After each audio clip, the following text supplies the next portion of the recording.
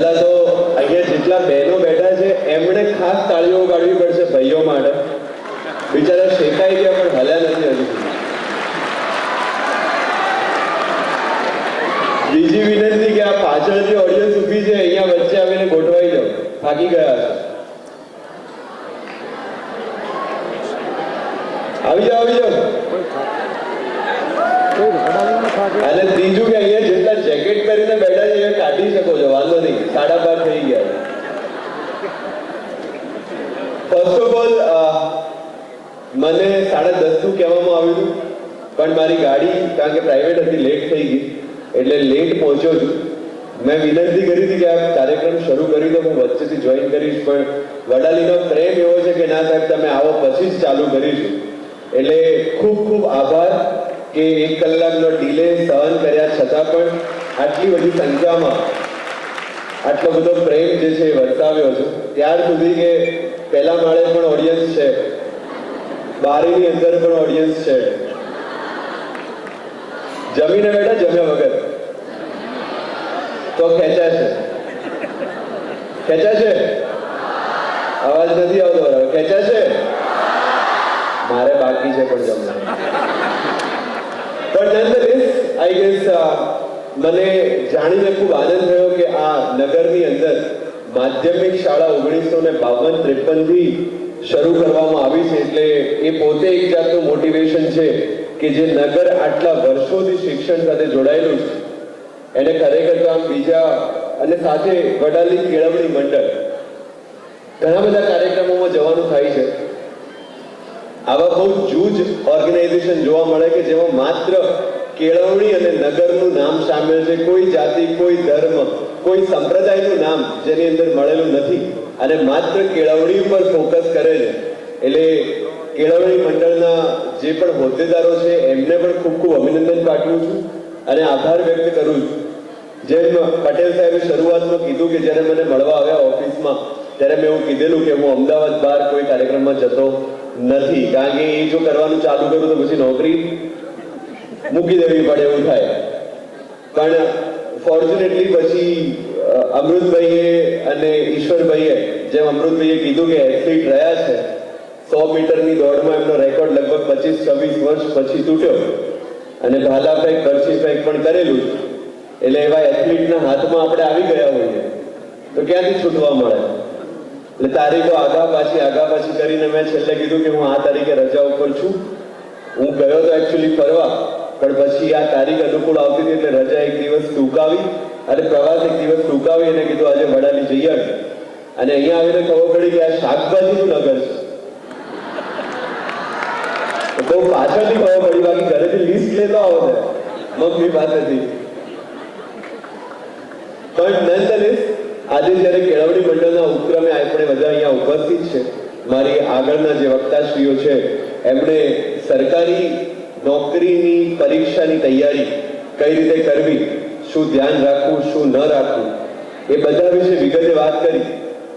ત્યારે જે 4-5 વાતો આમાંથી તમે બધા જે પ્રમાણે પ્રેમ વરસાવ્યો છે એનાથી ખબર છે કે મારી સ્ટોરી અને સ્પીચીસ ઓલરેડી યુટ્યુબ પર સાંભળી હશે. એટલે પુનરાવર્તન દોષ ના થાય એટલે સ્ટોરી મારી થોડી સાઈડમાં રાખીને વિદ્યાર્થીઓ સાથે જે વાત કરવાની છે એના તરફ આપણે પ્રયાણ કરીએ. પણ એના પહેલા એક નાનો એવો સર્વે કરી નાખીએ કે અહીંયા સેકન્ડરી સ્કૂલ 8, 9, 10 ના વિદ્યાર્થીઓ કેટલા છે? હાથ ઉપર કરજો. Secondary school 8, 9, 10. Okay. Higher secondary 11, 12. Wonderful. College? Okay. અને વાલીઓ કેટલા છે? અમુક તો વિદ્યાર્થીઓમાં હાથ ઉપર કરે, વાલીઓમાં બી હાથ ઉપર કરે. પણ ઇન શોર્ટ લગભગ તમામ વર્ગના તમામ લોકો અહીંયા ઉપસ્થિત છે. અને પહેલા જે વાતથી શરૂઆત કરવી છે એ છે કે સ્પર્ધાત્મક પરીક્ષાની તૈયારી કરવી શું એ માત્ર સફળતાને એ જ કહીશું કે સફળતા એનાથી વધારે કંઈક છે? એટલે અહીંયા બેઠેલા બધા જ વિદ્યાર્થીઓને મારી નમ્ર નિવેદન છે કે માત્ર આઈએએસ કે આઈપીએસ ઓફિસર થઈ જવું એ સક્સેસની ડેફિનેશન હું નથી માનતો. સક્સેસની ડેફિનેશન એ છે કે તમે જે ક્ષેત્રમાં છો એ ક્ષેત્રમાં જ્યારે એની ચર્ચા ચાલે ત્યારે પહેલું નામ તમારું આવે, ધેટ ઇઝ સક્સેસ. એટલે અહીંયા બેઠેલો કોઈ યુવાન, જેમ મને અત્યારે ખબર પડી કે અહીંયા શાકભાજીની ખેતી થાય છે અને છેક મુંબઈ સુધી એનું શાકભાજી થાય છે, તો કોઈ યુવાન એવો પણ નીકળી શકે, કોઈ યુવતી એવી નીકળી શકે કે બીએસસી એગ્રીકલ્ચર કરીને પોતે જોવે કે મારા ખેતરમાં જે પ્રોડક્શન થાય છે એને હું બમણું કે ટ્રિપલ કઈ રીતે કરી શકું, એમાં વેલ્યુ એડિશન કઈ રીતે કરી શકું, અને ઓર્ગેનિક ખેતીના નામ પર અત્યારે અગર હું 10 લાખ કે 15 લાખ કમાઉં છું તો એને 1 કરોડ સુધી કઈ રીતે લઈ જઈ શકું, અને જો એ લઈ જાય તો ધેટ ઇઝ ઓલ્સો સક્સેસ. કારણ કે એવું વડાલીના ઇતિહાસમાં કોઈએ નહીં કર્યું. હા કે ના? કારણ કે મને નથી લાગતું કે આઈએસ આઈપીએસ આમાં કેવું છે, દરેકનો ઇન્ટરેસ્ટનો વિષય છે. હવે આપણે જંગલમાં જઈએ અને સિંહ, હાથી, ચિત્તો, દીપડો, માછલી બધાને ઉભા રાખીને કહીએ કે હવે રેસ લગાવો, અને એમાં ચિત્તો જીતી જાય અને હાથી ના જીતે, તો હાથીને ગાળો તો ના જ આપી શકાય કે તું કઈ કામનો નથી, દોડી નથી શકતો. એનું કામ નથી. એટલે જેટલા પણ યુવાનો કે યુવતીઓ અહીંયા બેઠા છે, દરેકની પોતાની એક આગવી ઓળખ છે, એક આગવું ટેલેન્ટ છે. હવે જેને પુસ્તક હાથમાં લેતા જ બગાડતા આવતા હોય, એને આખું ગામ ભેગું થઈને દિલ્હી તૈયારી કરવા મોકલે તો એ કશું જ નથી ઉકાળવાનું, કારણ કે એનો વિષય નથી. અને એવા પણ વિદ્યાર્થીઓ અહીંયા હશે કે જેમની પાસે કોઈ રિસોર્સિસ નહીં હોય, ગામની લાઇબ્રેરીનો ઉપયોગ કરશે, ગામની લાઇબ્રેરીમાં વાંચી અને પરીક્ષાની તૈયારી કરીને પરીક્ષા પાસ કરી બતાવશે, કારણ કે એને ગમે છે. એટલે જ્યારે આપણે વિદ્યાર્થી સાથે વાત કરતા હોય ત્યારે દરેક વિદ્યાર્થીને મારી આ સલાહ સૂચન કે જે ગણો એટલું જ છે કે તમારો જે ઇન્ટરેસ્ટનો વિષય છે એ ઇન્ટરેસ્ટનો વિષય તમારે ઓળખવો પડશે. ગેટાઓના ટોળામાં ચાલવાથી આપણે સફળ નહીં થઈએ. એટલે આપણે રાઠોડ સાહેબે કીધું એમ કે પેલું મામા બનવા પહેલા લગ્ન કરી લેવા વગેરે વગેરે વાત, એટલે માત્ર લગ્ન કરવા માટે જો તૈયારી કરતા હો તો ચાન્સીસ ઓછા. કારણ કે મોટિવેશન જોઈ છે કે મારે પીએસઆઈ કેમ બનવું છે, કે પીઆઈ કેમ બનવું છે, કે કલેક્ટર કેમ બનવું છે, કે યુપીએસસી કેમ ક્લિયર કરવી છે, એના પાછળનું ચોખ્ખું રીઝન જોઈ છે કે તમારે કેમ એ કરવું છે, તો તમે તૈયારીમાં ટકેલા રહેશો. તકલીફ શું થાય છે કે બધા ચાલુ કર્યું છે એટલે મેં ચાલુ કરી લીધું, મહિનો ચાલે છે, મહિનો વંચાય છે, પછી 31મા દિવસથી ખબર નહીં અડધો કલાકનો ડિલે શરૂ થાય છે. પહેલા ઇન્સ્ટાગ્રામમાં 10 રીલ જોવા દીધી, હવે 30 રીલ સુધી ટાઈમ જાય છે.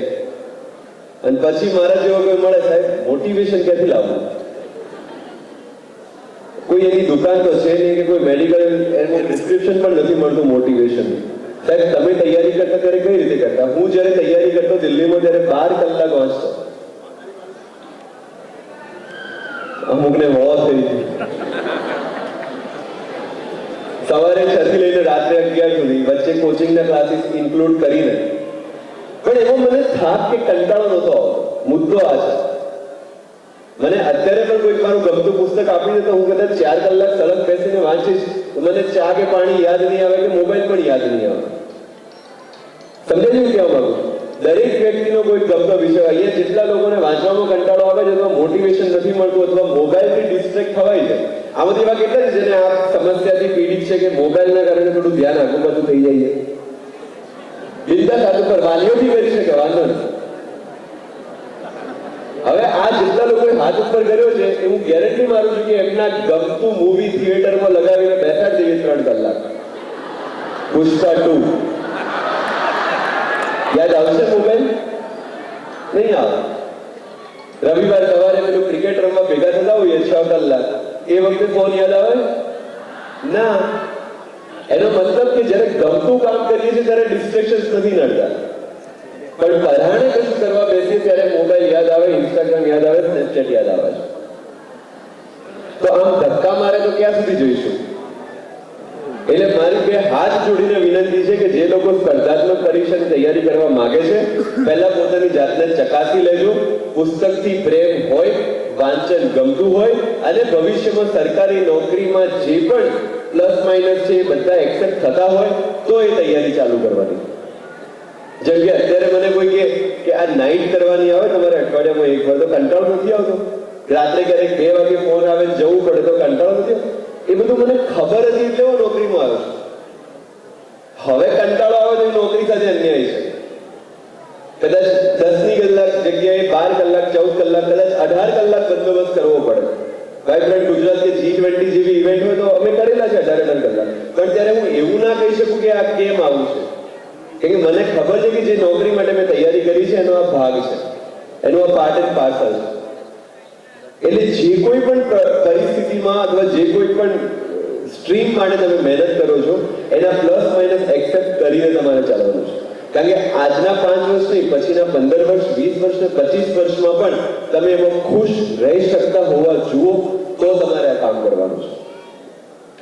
સેકન્ડ થિંગ, આપણે ઉત્તર ગુજરાતના વતનીઓ છે. હું બનાસકાંઠા, સાબરકાંઠા, અરવલ્લી, આ એવી જગ્યા છે કે જ્યાં કોઈ મોટા ઉદ્યોગો નથી કે બીજી કોઈ એમ્પ્લોયમેન્ટ ઓપોર્ચ્યુનિટી નથી. એટલે કોઈ પણ મધ્યમ વર્ગના વિદ્યાર્થીને અથવા ગરીબ વર્ગના વિદ્યાર્થીને પોતાની જિંદગી જો બદલવી હોય તો સરકારી નોકરી જે છે એ બેસ્ટ ઓપ્શન છે.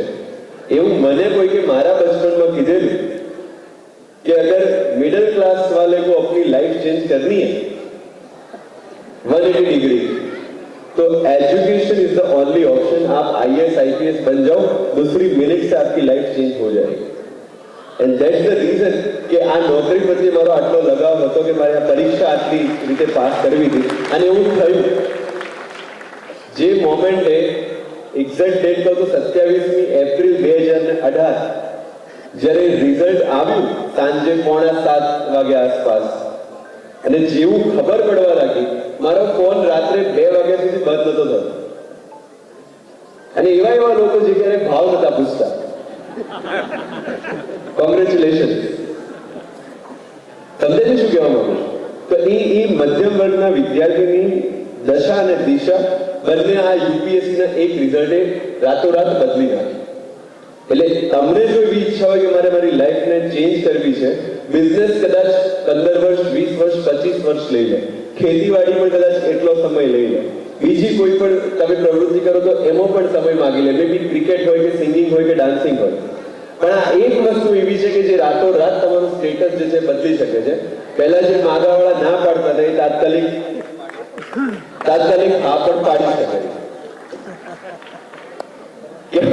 કહેવાનો મતલબ એ છે કે જ્યારે તૈયારી કરવી છે એના માટેનો મોટિવેશન છે કે તૈયારી શું કામ કરવી જોઈએ, કે રાતોરાત જ્યારે એનું રિઝલ્ટ આવે છે ને ત્યારે તમારી દુનિયા, તમારી દિશા અને દશા બધું જ બદલાઈ જાય છે. એટલે એ માટેની તૈયારી હોય તો આપણે આની અંદર આવવું જોઈએ. અને હવે આની અંદર જ્યારે આવીએ છીએ ત્યારે આમાંથી કોઈ દીકરો કે દીકરી એવું કહી દે કે મારે IAS કે IPS બનવું છે, અને એના ઘરે ચર્ચા ચાલતી હોય જમણવારો, એટલે 10-12 લોકો તો એવા આવે કે આપણાથી ન થાય. આની સામે મોઢું જોઈને આવો એ તો એવા લોકો તમને કહેવા આવે છે કે જેમનાથી નથી થયું. એટલે બહુ ચિંતા નહીં કરવાની. કોઈ પણ સફળ વ્યક્તિ ક્યારે તમને એવું નહીં કહે કે કોઈ પણ કામ તમારાથી નહીં થાય. અહીંયા બેઠેલી કોઈ દીકરી એવું કહી દે કે મારે પાયલટ બનવું છે અથવા તો એરોનોટિકલ એન્જિનિયર બનવું છે, એટલે આજુબાજુની 4-5 માસી, ફઈ, દાદી બધા આવે. એ આપણું કામ નથી. લગ્ન કરીને પતિની સેવા કરો. એ એટલા માટે કહે છે કારણ કે આપણે એ જ કર્યું છે. તમે જ્યારે તૈયારી કરવા લાઇબ્રેરીમાં જશો 12 કલાક, બીકોઝ હું ગામડાથી બિલોંગ કરું છું એટલે હું તમને કહી શકું છું, અગર તમે 10 કલાક 12 કલાક વાંચો છો લાઇબ્રેરીમાં જઈને અને પછી નીકળશો, એટલે પેલું ગણેશજી થઈ ગયા છે મોટા, 4 જણા પાનના ગલ્લા પર બેઠા બેઠા તમને જોશે બી ખરા, મોટો માણસ થઈ ગયો છે, અને એમાં કદાચ બાયચાન્સ એકાદ એક્ઝામ પાસ ન થઈ તો એ ડાઉટ વધી જાય, અને પછી પરિસ્થિતિ આવે કે ભાઈ લાઇબ્રેરી જગ્યાએ પાછો પાનના ગલ્લા ઉપર આવી જાય. આવું થશે. એટલા માટે થશે કે પેલા 4 લોકોથી કઈ નથી થયું અને 5મો જો કઈ કરી જશે તો એમનો ઈગો હર્ટ થઈ જશે. એટલે પ્રયત્ન પૂરેપૂરો કરશે કે તમે લાઇબ્રેરીની જગ્યાએ એમની સાથે પાનના ગલ્લા ઉપર બેસો. યસ નો આવું થાય છે ને? એ બહેનો સાથે પણ થતું હશે ને ભાઈઓ સાથે પણ થતું હશે. આ માનવ જાત છે, માણસનો સ્વભાવ છે. એટલે એનાથી જો તમે અફેક્ટ થયા તો આ એક તકલીફ રહેશે કે તમે પણ ફરીથી એ જ જગ્યાએ આવશો ને પાંચમો છઠ્ઠો કોઈ વ્યક્તિ લાઇબ્રેરીમાં જતો હશે તો એની સામે આંગળી કરવાનું શરૂ કરશો. એટલે એનાથી અફેક્ટ થયા વગર તમારે તૈયારી કરવાની છે. નેક્સ્ટ મુદ્દો સાહેબે જે કીધો કે સ્પર્ધાત્મક પરીક્ષાઓમાં અઢળક કેટેગરીઝ છે. એક યુપીએસસી છે, એક જીપીએસસી ક્લાસ 1 છે, ક્લાસ 2 છે, મામલતદારની અલગ છે, તલાટીની અલગ છે, વનરક્ષકની અલગ છે, એલઆરડીની અલગ છે, પીએસઆઈની અલગ છે. આપણે સૌથી મોટી ભૂલ એ કરીએ છીએ કે જ્યારે તૈયારી શરૂ કરીએ ત્યારે બધી જ એક્ઝામની તૈયારી કરવાનું ચાલુ કરીએ. 2 અઠવાડિયા પછી પેલી છે તો એની બુક્સ લાવીને વાંચે છે, 2 મહિના પછી પેલી છે તો એની બુક્સ લાવીને વાંચે છે, છેલ્લે ક્યાંય મેળ નથી પડતો. યસ ઓર નો? અને પછી એક માન્યતા એવી કે કલેક્ટર બનવું હોય તો પહેલા મામલતદારની પરીક્ષા પાસ કરો, પછી કે ડેપ્યુટી કલેક્ટર બનો, પછી તમે કલેક્ટર બનશો. અરે પણ એને કલેક્ટર બનવા માટે મામલતદાર બનવું જરૂરી હોય તો પેલા મામલતદાર શું કરતા હતા પછી? સમજે છે શું કહેવા માંગુ છું? આજે યુપીએસસી ની પરીક્ષા મેં પાસ કરી, જીપીએસસી ક્લાસ 1 ની પરીક્ષા મેં પાસ કરી, પણ મને જો તલાટીની પરીક્ષામાં બેસાડવામાં આવે તો હું 100% ફેલ થાઉં, ગેરંટી. કારણ કે એનો સિલેબસ અલગ છે, એની રિક્વાયરમેન્ટ અલગ છે. યુપીએસસી નો સિલેબસ અલગ છે, એની રિક્વાયરમેન્ટ અલગ છે. જીપીએસસી નો વિષય આખો અલગ છે. એટલે એક સાથે 2 થી 3 ઘોડા ઉપર બેસવું એનો મતલબ ડેફિનેટલી તમે નીચે પટકાશો, હાડકા તૂટશે. તમે ટાર્ગેટ કરો એક એક્ઝામ, જે પણ તમને ગમતો વિષય હોય. તમને જંગલ ખાતું ગમતું હોય તો ફોરેસ્ટને ટાર્ગેટ કરો, તમને પોલીસ ખાતું ગમતું હોય તો પોલીસની કોઈ પર્ટિક્યુલર પોસ્ટને ટાર્ગેટ કરો, અને તમને રેવન્યુ ખાતું ગમતું હોય તો રેવન્યુની પોસ્ટને ટાર્ગેટ કરો. પણ આજે વનરક્ષકની પરીક્ષા આપીને પછી અઠવાડિયા પછી પીએસઆઈમાં તૈયારી કરવી, આ બધું તમને ક્યાંય નહીં લઈ જાય. કારણ કે તમારી સાથે કોમ્પિટિશનમાં એવા લોકો છે જે ડેડિકેટેડલી એક જ એક્ઝામની પરીક્ષા કરે છે, એક જ એક્ઝામની તૈયારી કરે છે. રાત્રે હું એમ કહું છું કે યુપીએસસી ની તૈયારી કરવા વાળા વ્યક્તિએ જીપીએસસી ક્લાસ 1 ની પણ તૈયારી ના કરવી જોઈએ. કારણ કે એ બંને એક્ઝામનો પણ સિલેબસ અલગ છે, પેપર પેટર્ન અલગ છે. નસીબ હતા મારા કે જીપીએસસી ક્લાસ 1 ની મેં આપી અને પાસ થઈ ગઈ. કારણ કે એ વખતે પેપર ફોર્મેટ ચેન્જ થયું હતું, સિલેબસ ચેન્જ થયો હતો, એના એ વખતના ચેરમેનનો અભિગમ થોડો યુપીએસસી લક્ષી હતો, એના કારણે મારી ક્લિયર થઈ ગઈ. બાકી એ એક્ઝામ માટે મેં 1% પણ એક્સ્ટ્રા એફર્ટ નથી આપી. સવારે પેપર છે, આપીને આવીને પાછું યુપીએસસી નું વાંચવાનું ચાલુ. તમે મારા પેપર જીપીએસસી ના જોશો તો તમને હજુ અમુક આન્સર્સ ખાલી મળશે, જગ્યા બ્લેન્ક મળશે, કારણ કે મેં વાંચ્યું જ નતું. પણ સાહેબે કીધું કે ગુજરાતી અને અંગ્રેજી પર પ્રભુત્વ હોય તો ઘણું બધું ઈઝી થઈ જાય, જે સદનસીબે મારું છે. એના કારણે જીપીએસસી ક્લાસ 1 પણ ક્લિયર થઈ ગઈ. પણ મુદ્દો એ છે કે તમારે જ્યાં જવું છે, જ્યાં પહોંચવું છે, માત્ર એ જ ગોલ હોવો જોઈએ. ટુ ધ એક્સટેન્ટ કે હું જ્યારે કોલેજમાં હતો, યુપીએસસી ની પરીક્ષા આપવી છે એવું બહુ નક્કી હતું. હું એક પણ કંપનીમાં પ્લેસમેન્ટ માટે નથી બેઠો કે નથી મેં ઇન્ટર્નશિપ કરી, જબકે હું મારા ડિપાર્ટમેન્ટનો ટ્રેનિંગ એન્ડ પ્લેસમેન્ટ કોઓર્ડિનેટર પણ હતો. ઘણા બધા લોકોએ કીધું કે યાર આપણે મધ્યમ વર્ગમાંથી આવીએ છીએ, એક નોકરી લઈ લેવાય, થોડા પગભર થઈ જવાય અને પછી આપણે એક્ઝામ અપાય. પણ મને ખબર હતી કે જેવા અકાઉન્ટમાં પૈસા આવવાનું શરૂ થશે ને એવું માઇન્ડ જે છે એ પાછું ડિલેમામાં આવી જશે કે હવે આ નોકરી છોડું કે ના છોડું. યસ ઓર નો? એટલે એ વખતે જ ક્લિયર હતું કે ના, હું નોકરી તો નહીં લઉં, ભલે મારે 1 વર્ષ 2 વર્ષ વધુ વેટ કરવો પડે, પણ હું તૈયારી કરીશ ને પછી જ આગળનું વિચારીશ. એક પણ કંપનીમાં નથી બેઠો, એક પણ ઇન્ટર્નશિપ નથી કરી. હું એનજીઓઝમાં હતો, મારું સમાજ સેવાનું કામ ચાલતું હતું, એની સાથે જોડાયેલો હતો, લોકોને સમજતો હતો, પરિસ્થિતિને સમજતો હતો, પોતાની જાતને અપસ્કિલ કરતો હતો. અહીંયા એનું મતલબ તમારે એનું સાક્ષી જોઈતો હોય તો બેઠો છે. વિમર્શ તમારા ગામનો જ છે અને મારી સાથે મારી કોલેજમાં હતો અને મારો બહુ સારો મિત્ર છે. એટલે એ કહે છે પછી એને હેરાન પણ બહુ કર્યો છે મને કોલેજમાં. But nonetheless he will tell you કે હું એક પણ ઇન્ટર્નશિપ કે એક પણ કોલેજ પ્લેસમેન્ટમાં નથી કર્યો. પણ મુદ્દો એ છે કે એને પણ એટલે એપ્રિશિએટ કરવો પડે કારણ કે એનઆઈટી સુરત જેવી સંસ્થામાં કે જ્યાં બધા સીબીએસઈ આઈસીએસઈ બોર્ડ વાળા હતા, ત્યાં ગુજરાતી માધ્યમમાં અને ગુજરાતી બોર્ડમાં ભણીને પહોંચેલા 10-15 લોકોમાં વિમર્શ પણ હતો અને હું પણ હતો. એટલે એવી કોલેજમાં પણ આ ગામમાંથી છોકરા પહોંચેલા છે અને ભણેલા છે, એ પણ અહીંના શિક્ષણની ખાસિયત ગણી શકાય. Coming to the main point કે અહીંયા જ્યારે આપણે એક ગામમાં બેઠા છીએ ત્યારે સફળ થવા માટેના એક ગુરુ ચાવી કદાચ મેં એક સ્પીચમાં આપેલી છે ને એ પછી સ્પીચ બહુ વાયરલ થઈ. 3 વ છોડવા પડે. હા, કયા 3? વટ, વતન અને વ્યસન. આ 3 વ છોડવા પડે અને એમાં તમને બેસ્ટ એક્ઝામ્પલ હવે મારે બીજે કંઈ શોધવાની જરૂર નથી, કારણ કે મારી વાત થઈ અહીંયા કે સૌથી મોટા ભાગે અહીંયા જૈન કમ્યુનિટી છે આ ગામમાં, અને જેમાંથી મોટા ભાગના માઇગ્રેટ થયેલા છે. એ માઇગ્રેટ કેમ થયા છે અને માઇગ્રેટ થયા પછી એમની લાઈફમાં શું બદલાવ આવ્યો છે? હું પણ એવી જગ્યાએ બિલોંગ કરું છું, પાલનપુર, કે જ્યાંથી પણ મોટા ભાગના લોકો માઇગ્રેટ થયા છે. એ migration, that is the first work, that is વતન. હું વતનને ભૂલી જવાની વાત નથી કરતો, વતનને છોડવાની વાત કરું છું.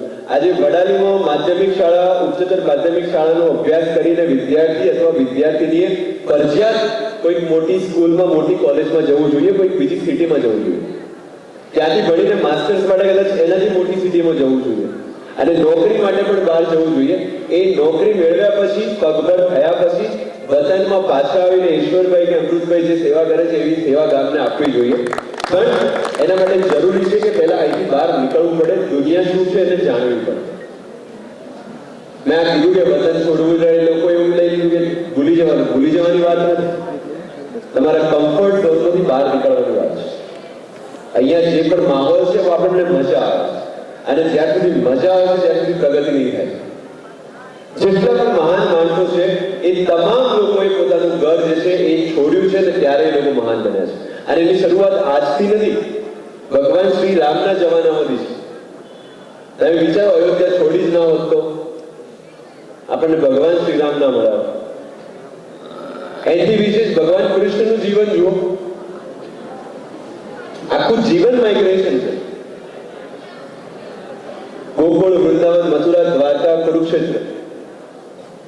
અને માત્ર એમની વાત નથી કરતો, કોઈ પણ ધર્મના કોઈ પણ ભગવાન અથવા તો પૂજનીય વ્યક્તિનું તમે ઉદાહરણ લઈ લો, એમના લાઈફમાં તમને પ્રવાસ તો દેખાશે. એટલે અહીંયા જેટલા યુવાનો બેઠા છે, તમારો ટાર્ગેટ એ જ હોવો જોઈએ કે હાયર સેકન્ડરી સ્કૂલ પૂરી કરીને કોલેજ મારે અમદાવાદ, દિલ્હી, મુંબઈ કે બીજા કોઈ પણ મેટ્રો સિટીમાં કરવી છે. માત્ર યુવાનો માટે નહીં, યુવતીઓ માટે પણ એ જ વસ્તુ લાગુ પડે છે. And that is where the real journey begins. અહીંયા આપણે છીએ આપણા કમ્ફર્ટ ઝોનમાં છે. મેં એવા છોકરાઓ પણ જોયા છે અમદાવાદમાં કે ખાવાના પૈસા નથી પણ ભણવા માટે આવ્યા છે. સમરસ હોસ્ટેલમાં એડમિશન લીધું છે, સરકારની બધી યોજનાઓનો લાભ લે છે, સરકારી વાંચનાલયમાં જાય છે, પાર્ટ ટાઈમમાં ઝોમેટો અથવા સ્વિગીમાં ડિલિવરી કરે છે, પણ એ છોકરાઓ ભણે છે. અને સફળતાની સ્ટોરી આવી રીતે જ લખાય. એટલે અહીંયા બેઠેલા જેટલા, અને હું માત્ર તૈયારી કરવા માટેની વાત નથી કરતો. હમણાં વચ્ચે મારી મુલાકાત ઇન્ડિયા અને વર્લ્ડના જે કહેવાય ટોપમોસ્ટ બિઝનેસમેન મિસ્ટર અદાણી સાથે થઈ. ત્યારે એમણે મને કીધું કે 10મા ધોરણમાં ઘર છોડીને મુંબઈ જતા રહેતા. એમણે કોઈ કીધું કે ભણી ગણી શું કરવાનું છે, એટલે તો પેઢી પર જ બેસવાનું છે ને, કંઈક રિઝલ્ટ નબળું આવ્યું છે. એમને લાગી આવી કે વાત તો સાચી છે, તો ચાલો ધંધો કરીએ. ઈ વેન્ટ ટુ મુંબઈ. 10મા ધોરણનો વિદ્યાર્થી 5 વર્ષ હીરામાં કામ કરીને શીખીને આવીને પછી અહીંયા પોતાનું યુનિટ સ્ટાર્ટ કર્યું. આજે એ ક્યાં છે આપણને બધાને ખબર છે. ધીરુભાઈ અંબાણી યમન ગયા હતા, ઓમાન આપણે જેને કહીએ છીએ. હું માત્ર એક્ઝામની વાત નથી કરતો, ધંધો કરવો હોય તો પણ બહાર જઈને રખડવું તો પડશે. આમાંથી જેટલા શાકભાજીના ધંધા સાથે જોડાયેલા છે, તમે જાઓ અને કરો, જેટલા પણ એક્સપો થાય છે, જેટલા એક્ઝિબિશન થાય છે, જેટલા પણ ફૂડ પ્રોસેસિંગ યુનિટ્સ છે આજુબાજુમાં, એન્ડ સી કે તમે વેલ્યુ એડિશન કઈ રીતે કરી શકો. આ મોટિવેશન અત્યારે હું જે આપીને જઈશ ને એ પેલું મોબાઈલની બેટરી જેવું છે. પાછું 2 દિવસ જોમમાં છાતી કાઢીને ફરશે, પછી ત્રીજા દિવસથી પાછી બેટરી ડાઉન. કારણ કે આ બહારથી લીધેલું છે, ઉછીનું છે. જે ટકશે એ અંદરથી આવશે. મારી જયારે યુપીએસસી ની એક્ઝામ હતી, મેઇન્સનું પેપર હતું, 4થા નંબરનું પેપર, ટોટલ 9 પેપર આવે.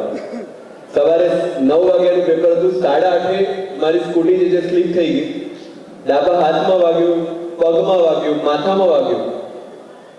સ્કૂટી ઊભી કરતા કરતા ખબર પડી કે પગ ગયો છે. પણ પહેલી વસ્તુ જે નોટિસ કરી એ હતી કે મારો જમણો હાથ સેફ હતો અને મેં ડિસાઈડ કર્યું કે હું પહેલા પેપર લખવા જઈશ. એ પેપર લખ્યું, વચ્ચે ટ્રીટમેન્ટ કરાવી, બપોરનું બીજું પેપર લખ્યું, એવા ટોટલ 6 પેપર લખ્યા. એના પછી MRI કરાવ્યો તો ખબર પડી કે 1.5 મહિનાનો ખાટલો છે. પણ જ્યાર સુધી પેપર ચાલુ છે ત્યાર સુધી એવું થયું નહીં કે મને કંઈ થયું છે. મેં મારા એક इंटरव्यू में કીધું પણ ખરા કે एग्जाम का नशा ही इतना था कि समझ में नहीं आया कि दर्द हो रहा है. એટલે એ ટાઈપનું લગન, એ ટાઈપનું ડેડિકેશન હશે તો સફળ થવાથી તમને કોઈ નહીં રોકી શકે. એટલે આ જે મોટી, અને એ મેં કોઈને સાંભળીને નહોતું આવેલું. એ હું જ્યારે પણ રોડ પર જતો ત્યારે લાલ બત્તીવાળી ગાડી નીકળે ત્યારે ગૂઝબમ્સ આવી જતા. ત્યારે કલેક્ટર કે એસપી જોવા મળે ને ત્યારે આમ ઇમોશનલ થઈ જવાતું કે અચ્છા આપણે અહીંયા પહોંચવાનું છે. એ કમિટમેન્ટ જો તમારું હોય તમારા ગોલ પ્રત્યેનું, એક ગોલ હજુ કહું છું ફરીથી કે કોઈ પણ હોઈ શકે. કોઈ સારો ડાન્સર બની શકે, કોઈ સારો સિંગર બની શકે, કોઈ સારો ક્રિકેટર બની શકે. ઇન્ડિયાના જેટલા ક્રિકેટર છે એમની હિસ્ટ્રી પણ તમે જોજો, કોઈ ગામમાંથી જ આવ્યા છે, પણ ધીરે ધીરે આગળ વધતા ગયા અને કંઈક કરતા ગયા. એટલે અહીંયા જેટલા પણ લોકો બેઠા છે દરેકનો પોતાનો એક પોટેન્શિયલ છે. એ પોટેન્શિયલ જો તમે યુઝ કરશો તો ડેફિનેટલી તમે કોઈ એવી જગ્યાએ પહોંચશો કે દુનિયા તમને પૂછતી થશે. અને દુનિયા ત્યારે જ પૂછશે જ્યારે તમે કંઈક હશો, કંઈક બનશો. એના સિવાય તો પછી મેળ નથી પડતો. Yes or no? And last but not the least, આપણા બધાના હાથમાં અત્યારે એક ડિવાઇસ છે. બધા એવું કહે છે કે આજની યુવા પેઢી મોબાઈલના કારણે બગડી રહી છે. અમે તો વડીલોને બગડતા જોયા છે. રીલ્સ અને ટિકટોક ને યુટ્યુબ શોર્ટ્સમાં. એક તારણ મારું એવું છે વ્યક્તિગત કે દરેક પેઢીને પોતાની પાછળની પેઢી કામ વગરની અને આગળની પેઢી બગડેલી જ લાગે.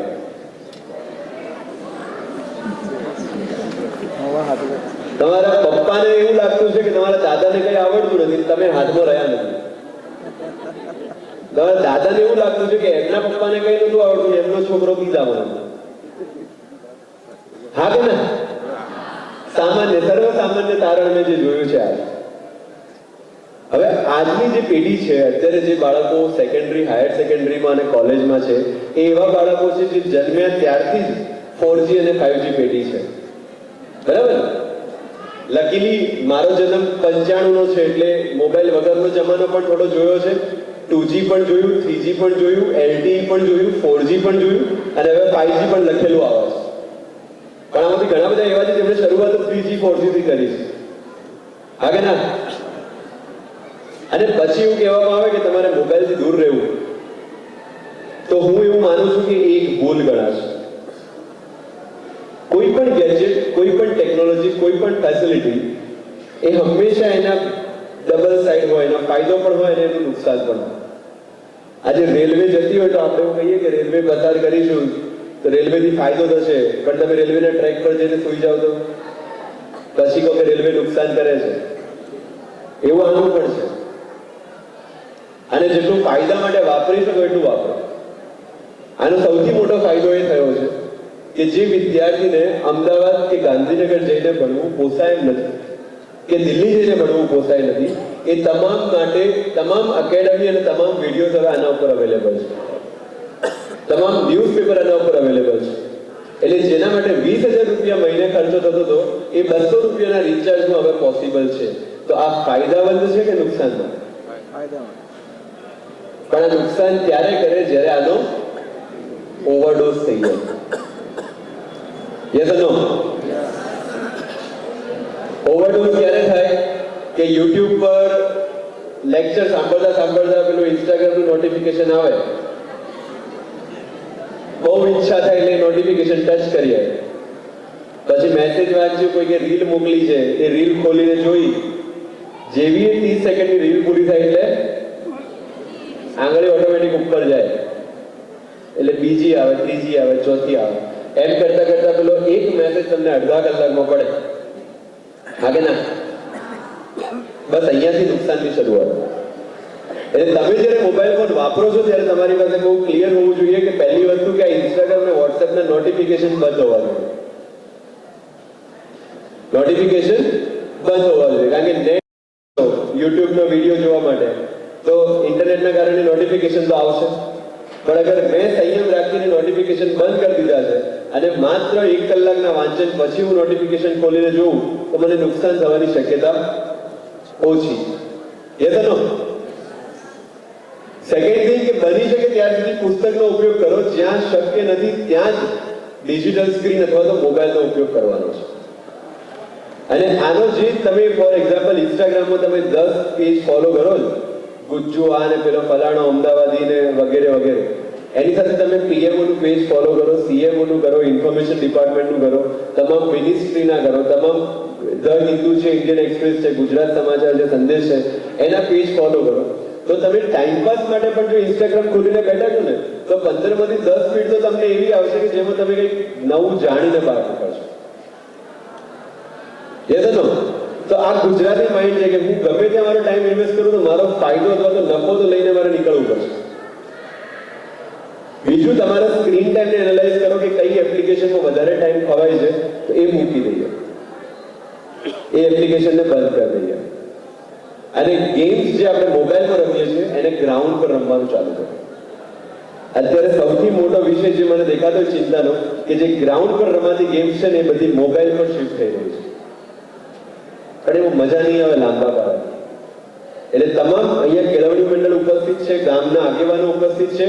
આપણે એટલું મેક શ્યોર કરીએ કે અહીંયા એક બેડમિન્ટન કોર્ટ આવે, અહીંયા એક ટેનિસ કોર્ટ આવે, અહીંયા વોલીબોલનું ગ્રાઉન્ડ બને, ફૂટબોલનું ગ્રાઉન્ડ બને, તો આ જે મોબાઈલનું વર્ગણ છે એ કદાચ થોડા અંશે આપણે ડામી શકાશે.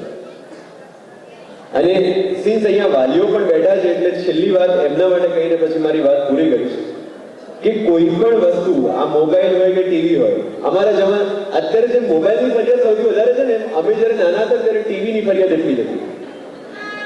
ટીવી આગળથી હટતા નથી, કોઈ કે સમર્થન પુરાવ્યું.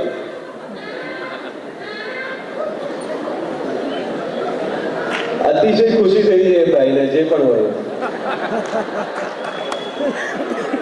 મારું પણ એવું હતું કે 9મા ધોરણ સુધી ટીવી ચાલુ હોય ને તો જ લેસન થાય, બાકી લેસન નથી થતું. એટલે આ ફરિયાદ કન્ટિન્યુઅસ છે. પહેલા ટીવીની હતી, હવે મોબાઈલની છે, આગળ એકબીજાની આવશે, પણ ચાલુ રહેશે. પણ કહેવાનો મતલબ એ છે કે જ્યારે હું દિલ્હીમાં તૈયારી કરતો હતો ત્યારે આ ફોન મારા ડેસ્ક પર જ હતો, પણ કોઈ પણ નોટિફિકેશન વાગે કે ફોન આવે, ઉપાડો કે ન ઉપાડો એ નિર્ણય હું હંમેશા કરતો. તમે જોશો મારું ઇન્સ્ટાગ્રામ કે ફેસબુક, તમને 2016ની પોસ્ટ પણ મળશે, 17ની પણ મળશે ને 18ની પણ મળશે, જ્યારે હું તૈયારી કરતો હતો. એનો મતલબ કે મેં બંધ નતું કર્યું સોશિયલ મીડિયા, પણ મને ખબર હતી કે મારે ક્યારે વાપરવું ક્યારે ના વાપરવું. પણ હાલ એક સામાન્ય નિત્યક્રમ શું બની ગયો છે કે નાનું બાળક હોય 3 વર્ષનું અને જમતું ના હોય, શું થાય? હાથમાં કાર્ટૂન ચાલુ કરીને આપી દો, મમ્મી પણ ફ્રી ને પપ્પા પણ ફ્રી. એટલે પેલા સમજાય ગયું કે મારે હવે મોબાઈલ જોયો તો મારે શું કરવાનું? રડવાનું. પણ એ ક્યારે રડવાનું? જ્યારે મમ્મી પપ્પા બિઝી હોય ત્યારે. એને હાલથી ચાલુ કર્યું. Coming back to the point, અત્યારે ઘરની જે ટાઈમલાઈન છે એવી થઈ ગઈ છે કે સવારે ઉઠે, વાંધો નહીં એમને રહેવા દો, એ ઉપર એટલે જ ચડ્યા છે. ઉપર કોણ ચડે?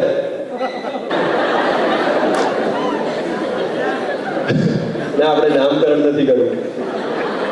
કહેવાનો મતલબ એ છે કે અત્યારે દરેક ઘરમાં પરિસ્થિતિ એ થઈ છે કે બાળક નાનું હોય 3 વર્ષનું 4 વર્ષનું ત્યારે એ જોતું હોય છે, અને બાળક હંમેશા કહેવા કરતા જોયેલું વધારે શીખતું હોય છે. એટલે એ જુએ છે કે મારા મમ્મી ને પપ્પા કામ કરીને આવે છે, બપોરે આવીને જમીને ફ્રી થાય છે, તો ફ્રી થઈને શું કરે છે? મોબાઈલ લઈને બેસે છે. એ યુટ્યુબ ચાલતું હોય કે ઇન્સ્ટાગ્રામ ચાલતું હોય. 3 વાગે ઉઠી અને ફરીથી કામ પર લાગે છે, કામ કરીને ફ્રી થાય છે, ફ્રી થઈને શું કરે છે? મોબાઈલ લઈને બેઠા છે. રાત્રે જમે છે, જમીને ફ્રી થાય છે, તો ફ્રી થઈને શું કરે છે? મોબાઈલ લઈને બેઠા છે. એટલે બાળકના દિમાગમાં ફિક્સ થઈ ગયું કે આપણે ફ્રી થઈએ ત્યારે શું કરવાનું? મોબાઈલ લઈને બેસવાનું. અને એ જ એક્સપેરિમેન્ટ જો તમારે રિવર્સ કરવો હોય તો તમે રિવર્સ કરો કે મમ્મી પપ્પા ફ્રી થઈને ટીવી કે મોબાઈલની જગ્યાએ બાળક સાથે ટાઈમ સ્પેન્ડ કરે છે, અથવા કોઈ પુસ્તક લઈને બેસે છે અથવા ન્યૂઝપેપર લઈને બેસે છે, તો એ બાળક પણ સમજી જશે કે મારે ફ્રી થઈને આમાંથી કંઈક કરવાનું છે. આ તો એ 8-9 વર્ષનો થાય એટલે પાપા કહે જા માવો લઈ આવો, આગે ના. અને એ ઉંમરમાં છે ને બાળકો માટે એમના હીરો એમના મમ્મી પપ્પા છે.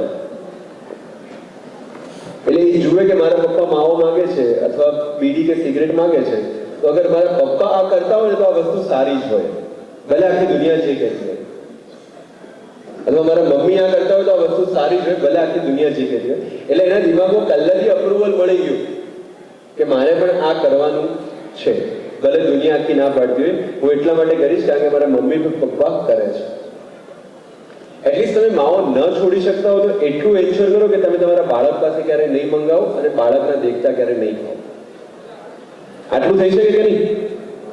યસ ઓર નો? એટલે અહીંયા જેટલા પણ યુવાનો બેઠા છે એ એટલું એન્શ્યોર કરશે કે બાળક પાસે આ પ્રવૃત્તિ આપણે નહીં કરાવીએ. તો there are at least 20-30% chances કે એ પોતે પણ એ પ્રવૃત્તિમાં ક્યારેય ઇન્ડલ્જ નહીં થાય.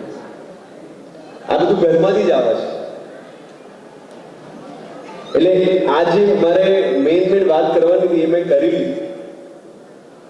પહેલા તો આવા સાથે જ પેલું અજીબો શાન શહેનશાહ ગીત વાગ્યું, પછી પાઘડી પહેરાવી, માળા લગાવી, થોડી અલગ ફીલ આવી. સારું છે ઘોડો વોડો નતો લાવ્યા જે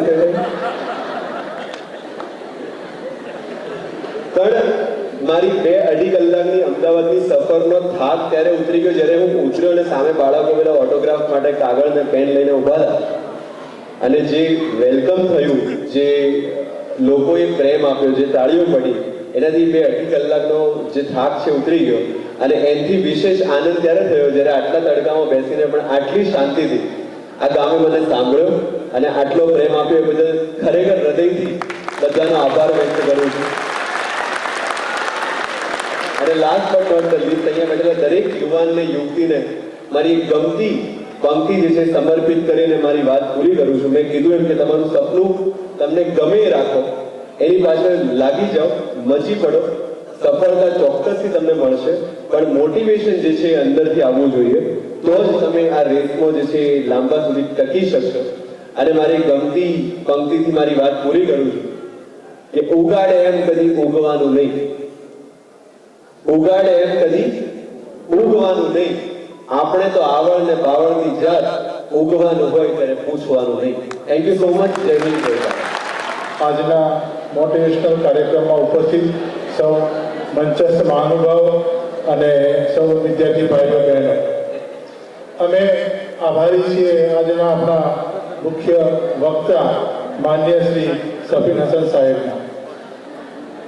સમય ન હોવા છતાંય આપણા આમંત્રણને માન આપી અત્રે ઉપસ્થિત રહી સાહેબ શ્રી આપણને લાભાન્વિત કર્યા છે.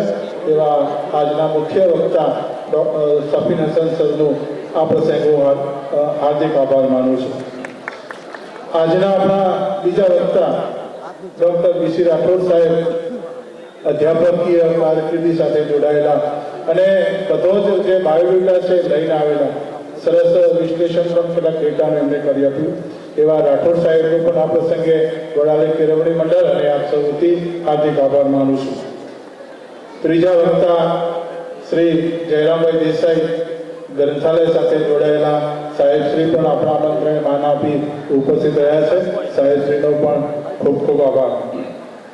આ કાર્યક્રમમાં જેણે ચાવેરુ ભૂમિકા અદા કરી છે એવા વડાલીના પનોતા પુત્ર આઈએસ પટેલ સાહેબનું પણ આ પ્રસંગે હું હાર્દિક અભિવાદન કરું છું. ખૂબ ખૂબ આભાર આઈએસ પટેલ સાહેબનો. આ કાર્યક્રમ જેમના થકી થઈ શક્યો છે એવા 4 જે દાતાઓ છે, શ્રી નટુભાઈ પરમાર, ઋતુરાજ પટેલ, વાઇસ ચેરમેન સાવરડેરી, કનુભાઈ પટેલ અને રમેશભાઈ સગલનું પણ આ પ્રસંગે હું હાર્દિક આભાર માનું છું. આ કાર્યક્રમ જેમના થકી થયો છે વડાલી કેળવણી મંડળના પ્રમુખશ્રી અને મંત્રીશ્રીનો પણ આપ સૌથી હું હાર્દિક આભાર માનું છું. આ સિવાય આ શાળાના આચાર્ય શ્રી, કન્યા વિદ્યાલયના આચાર્ય શ્રી, વડાલી તાલુકાની જુદી જુદી સ્કૂલોના આચાર્ય શ્રી, સૌ શિક્ષક મિત્રો, ગામમાંથી પધારેલ સૌ સદગૃહસ્થો અને આ કાર્યક્રમમાં જેનો અમને સહયોગ મળ્યો છે એ સૌનો આભાર માની વિનવું છું. અસ્તુ, જય હિન્દ. ખૂબ ખૂબ આભાર. ભારત માતા કી. આજના વડાલી કેળવણી મંડળ દ્વારા જે મોટિવેશનલ કાર્યક્રમ રાખ્યો છે અને આ કાર્યક્રમના મુખ્ય વક્તા ગણો, મુખ્ય ઉદ્ઘાટક ગણો કે આપણા સૌના માર્ગદર્શક ગણો એવા માન્ય શ્રી સફી હસન સાહેબનો તમે બાયોડેટા જોયો છે. સફી હસન સાહેબ એવું કીધું, સાહેબ અમે કમિશનર વિસ્તાર સિવાય કોઈ જગ્યાએ કાર્યક્રમમાં જતા નથી. ગુજરાત સમગ્ર ગુજરાતનું ગૌરવ અને સમગ્ર ઉત્તર ગુજરાતનું ગૌરવ એવા મોટિવેશનલ સ્પીકર એ ફક્ત સ્પર્ધાત્મક પરીક્ષા માટે પણ નહીં, ઇવન ધર્મ બાબતે, આધ્યાત્મ બાબતે પણ એટલી ઊંડી સમજ ધરાવે છે એવા માનનીય શ્રી સફી હસન સાહેબ, અક્ષર એકેડેમી કે જે ગુજરાતમાં નામાંકિત એકેડેમી છે કે જે સ્પર્ધાત્મક પરીક્ષાઓ સાથે અને એના માર્ગદર્શન માટે સંકળાયેલી છે. આ સંસ્થાના ડાયરેક્ટર માન્ય મુરબ્બી શ્રી રાઠોડ સાહેબ, યુવક અને સેવા સાંસ્કૃતિક વિભાગના ગ્રંથાલય વિભાગના નિયામક શ્રી ડોક્ટર જયરામભાઈ સાહેબ, આ સંસ્થાના પ્રમુખ અને અમારા બધાના માર્ગદર્શક અને પ્રદેશ બીજેપીના વર્ષો સુધી હોદ્દેદાર રહ્યા, જિલ્લાનું પણ સુકાન સંભાળ્યું એવા માન્ય મુરબ્બી આદરણીય શ્રી તકસીબી સાહેબ, એવા જ મુરબ્બી માન્ય અમૃતભાઈ સાથે મારા ખૂબ નજીકના સંપર્કો છે અને આ સંસ્થાને હમણાં જ સફી હસન સાહેબ સાથે હું વાત કરતો હતો ત્યારે મેં વાત કરી કે સાહેબ આ સંસ્થા એક ગૌરવશાળી સંસ્થા હતી. આ ગૌરવશાળી સંસ્થાની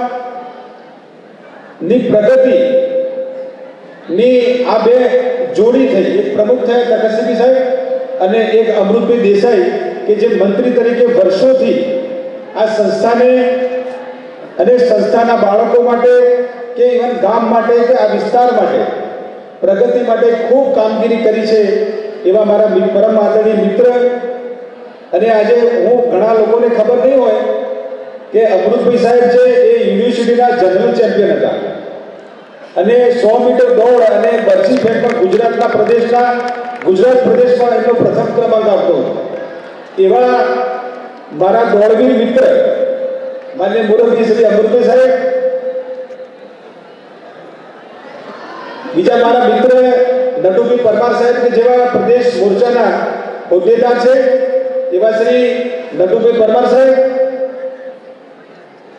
સાબરડેરીના વાઇસ ચેરમેન માન્ય શ્રી ઋતુરાજભાઈ, કનુભાઈ, રમેશભાઈ, પરિવારના બધા માણસો છે, જિલ્લા ભાજપના ઉપાધ્યક્ષ માન્ય શ્રી રવિન્દ્રભાઈ, તાજેતરમાં ભારતીય જનતા પાર્ટીના નવા નિવાયેલા તાલુકાના અધ્યક્ષ અને મારા જૂના મિત્ર અને જૂના જિલ્લા આઈટી સેલના કન્વીનર શ્રી કનુભાઈ સાહેબ, જૂના આચાર્યશ્રીઓ, તમામ સંસ્થાઓ, સ્કૂલોના કોલેજોના આચાર્યશ્રીઓ, જૂના બીજેપીના પદાધિકારીઓ, ડાયસ પર બિરાજમાન સૌ કાર્યકર્તાઓ, આગેવાનો, મારા મિત્રો, પત્રકાર મિત્રો અને મારી સામે બેઠેલા સૌ શિક્ષકગણ, આગેવાનો અને મારા વાલા બાળકો અને પત્રકાર મિત્રો, મારે બે જ વાત કરવી છે. એક તો સફી હસન સાહેબે આપણા કાર્યક્રમમાં આવવા માટે હા પાડી એટલે આપણે વડાલી કેળવણી મંડળ વતી હું સાહેબનો ફરી એકવાર એમનો આભાર માનું છું. આ તબક્કે હું આ સ્કૂલનો વિદ્યાર્થી છું અને આ સ્કૂલ સાથે, આ વિસ્તાર સાથે, આ જિલ્લા સાથે, ઇવન સમગ્ર રાજ્ય સાથે ખૂબ રીતે સંકળાયેલો છું. અને તમે ગણી શકો કે હું આ વડાલીનો એક બાળક છું. બાળકના નાતે મને તમે સન્માન અહીંયા આપ્યું એ બદલ હું વડાલી કેળવણી મંડળનો ખૂબ ખૂબ આભાર વ્યક્ત કરું છું. હું તમારી સમક્ષ અત્યારે વાત એ કરવા માંગુ છું,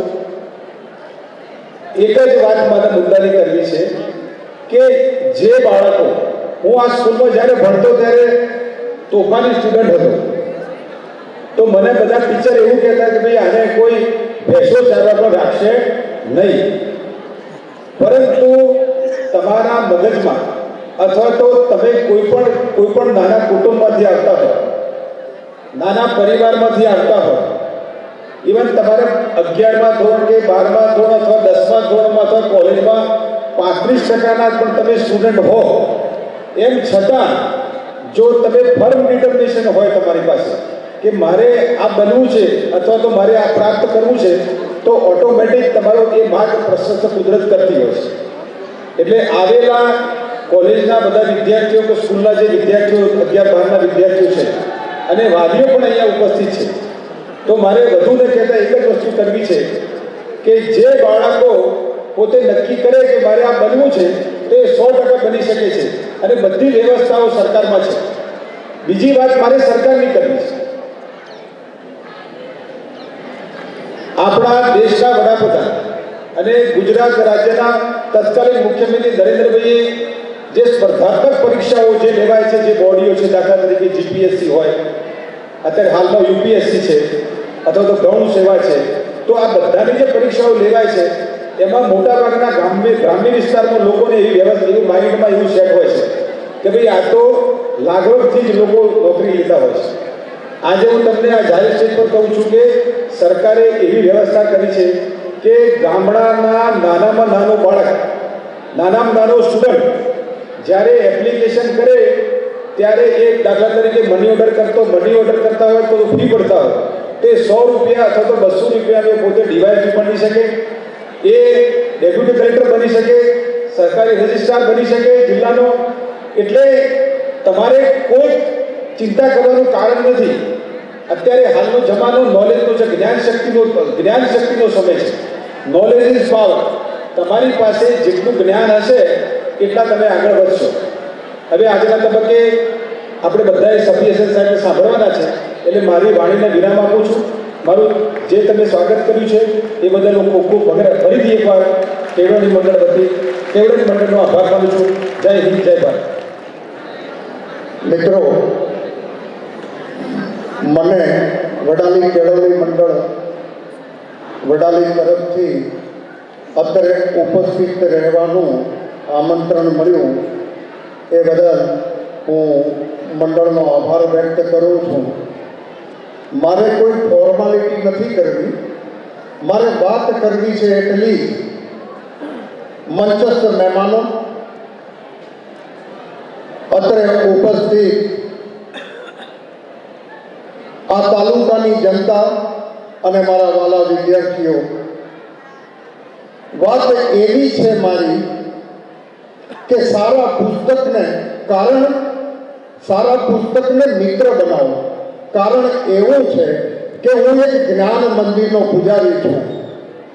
એટલે સારા પુસ્તકને મિત્ર બનાવો. જીવનમાં તમામ ક્ષેત્રે પ્રગતિ સાધવી હશે તો સારા પુસ્તકનો સંગાત જોઈશે. હમણાં ગત માસે હું અમેરિકામાં હતો તો મેં 4 રાજ્યોની મુલાકાત લીધી અને ત્યાં આગળ મેં લાઇબ્રેરીઓ જોઈ. તો લાઇબ્રેરીઓમાં જે વાંચનની વ્યવસ્થા છે અથવા તો જે વાચકોને વાંચન પ્રત્યેનો રસ છે એના ઉપરથી મેં એવો એક સર્વે નક્કી કર્યો કે 4 રાજ્યોમાં ફર્યા પછી કે આ દેશ આટલો બધો આગળ કેમ છે. આ દેશ આટલો બધો વિકાસ કેમ કરે છે, આ દેશના આટલા બધા વ્યક્તિઓનો વિકાસ કેમ છે, તો એની પાછળનું કારણ એવું જાણવા મળ્યું કે ત્યાં આગળ વાંચન પ્રવૃત્તિનો વિશેષ વ્યાપ વધેલો છે. દરેક લોકો વાંચે છે. મિત્રો, એક તમને સ્ટીવ જોબની એક વાત કરું તો સ્ટીવ જોબ એનું એક જીવન ચરિત્ર એના એક નિકટના મિત્ર નિક બિલ્ટને લખેલું છે અને અત્યારે તો ગુજરાતીમાં અવેલેબલ છે. તમારે બધાએ વાંચવાની ખૂબ તાતી જરૂરિયાત છે. એણે એવું લખ્યું છે કે ભાઈ આ પુસ્તકમાં નિક બિલ્ટન એના બહુ મિત્ર હતા. એટલે સ્ટીવ જોબને કીધું, સ્ટીવ જોબે એકવાર આમંત્રણ આપ્યું કે મારી ઘરે જમવા પધારો. ફેમિલી સાથે જમવા ગયા ત્યારે બિલ્ટન, એના પત્ની અને એનું એક સંતાન, 3 જણા સ્ટીવ જોબની ત્યાં જમવા જાય છે. અને જમતા જમતા સ્ટીવ જોબના બંને બાળકો, એક 13 વર્ષની એની પુત્રી અને 11 વર્ષનો પુત્ર, અને બંને પતિ પત્ની 4, અને આ 3 જણા બિલ્ટનના પરિવારના 7 જણા જ્યારે જમવા બેઠા હતા ત્યારે એણે બિલ્ટને એક પ્રશ્ન પૂછ્યો કે આ બાળકોને કયો આઈફોન આપે છે? તો ત્યારે એ સ્ટીવ જોબે એવું કીધું કે તું પૂછી લે નહીં. એટલે બાળકોને બિલ્ટને પૂછ્યું કે તમે કયો આઈફોન વાપરો છો? ત્યારે બાળકોએ કોઈ જવાબ ના આપ્યો અને જમવાની પ્રક્રિયા શરૂ રાખી. ફરી બિલ્ટને સ્ટીવને પૂછ્યું કે આ કયો આઈફોન વાપરે છે? હવે આખી દુનિયાના પ્રણેતા સ્ટીવ જોબ, જેણે આઈફોન, આઈપેડ એટસેટ્રા એવી ઘણી ટેકનોલોજીનો વિકાસ કર્યો હતો, તેમ છતાં સ્ટીવ જોબે એવો જવાબ આપ્યો છે. આ અદ્ભુત જવાબ છે. કદાચ એણે એવું કીધું કે મારા બાળકો અત્યારે પુખ્ત વયના અથવા પરિપક્વ નથી થયા, હાલ એમના મનનું ઘડતર ચાલી રહ્યું છે, માટે હું આઈફોનના બદલે પુસ્તકો આપું છું. અને ત્યારે બિલ્ટનના હાથમાં જમતા જમતા ચમચી સરકી જાય એવો એને ભાગ થયો. આ જોતા જ બિલ્ટને એવું કીધું કે તો તારી લાઇબ્રેરી કેવી છે તેને જોઈ લેવી પડશે. અને એક જમતા જમતા એ લાઇબ્રેરી જ્યારે જોવા એના સ્ટીવની ઘરમાં જોવાનું શરૂ કર્યું ત્યારે એને અદ્ભુત વિચાર આવ્યો કે મારા ઘરમાં પણ આવી વ્યવસ્થા હોવી જોઈએ. એટલે મિત્રો, મારી વસ્તુ એવી છે કહેવાની કે વાંચનમાં એવી તાકાત છે, વાંચનમાં તમારા સર્વાંગી વિકાસની તાકાત છે. વાંચનથી વિચાર મળે, વાંચનથી સંકલ્પ શક્તિ મળે અને વાંચનથી વિકાસ થાય. વાંચન એ સાચું તમારા જીવનનું ઘડતર છે. એટલે દરેક વ્યક્તિએ રોજે 10 પાના 5 પાના વાંચનનો જરૂર અભ્યાસ કરવો જોઈએ. વાંચનથી જ તમારા જીવનની તમામ વિકાસની જે પણ ક્ષતિઓ છે એ બધી જ ક્ષતિઓ દૂર કરીને વિકાસશીલ બનશો એવી ચોક્કસ મને આશા છે. એટલે જીવનમાં વાંચનને ખૂબ મહત્વ આપવું એવી મારી આ તકે દરેકને ટકોર છે. બીજી વસ્તુ એવી છે કે આ મંડળ, કેળવણી મંડળે આ કાર્યક્રમ કર્યો. આ કાર્યક્રમમાં અમારું બધાનું સન્માન કર્યું. તો એક મારું નાના વ્યક્તિ તરીકે સૂચન છે કે હવે પછીના જે પણ કાર્યક્રમો અહીંયા આ મંડળ દ્વારા આયોજિત કરવામાં આવે એમાં પુસ્તકથી સ્વાગત થાય, એના જો અનેરો આનંદ કોઈ નહીં હોય. આટલું કહીને મારી વાણીને વિરામ આપું છું. જય હિન્દ, જય ભારત, જય ગુજરાત. મંચસ્થ મહાનુભાવોને નમસ્કાર, વંદન અને શુભ શ્રોતાજનો. મિત્રો, માઇકમાં એવું જાદુ હોય છે કે એની આગળ કોઈ ઊભો થાય એટલે પછી ટાઈમનું ભાન ના રાખે. હું તમારો ટાઈમ બિલકુલ બગાડીશ નહીં. મિત્રો, મારે તમને વડાલી વિશેની એક વાત કરવી છે કે વડાલીને ચાઇનીઝ ભાષામાં શું કહેવાય ખબર છે કોઈને? તમને એમ થશે કે બીસી રાઠોડને ચાઇનીઝનો જય આવડતો નથી ને ગપ્પા મારે છે. મિત્રો, ઈસવીસન 640માં હુએનસંગે વડાલીની મુલાકાત લીધી હતી અને ચાઇનીઝ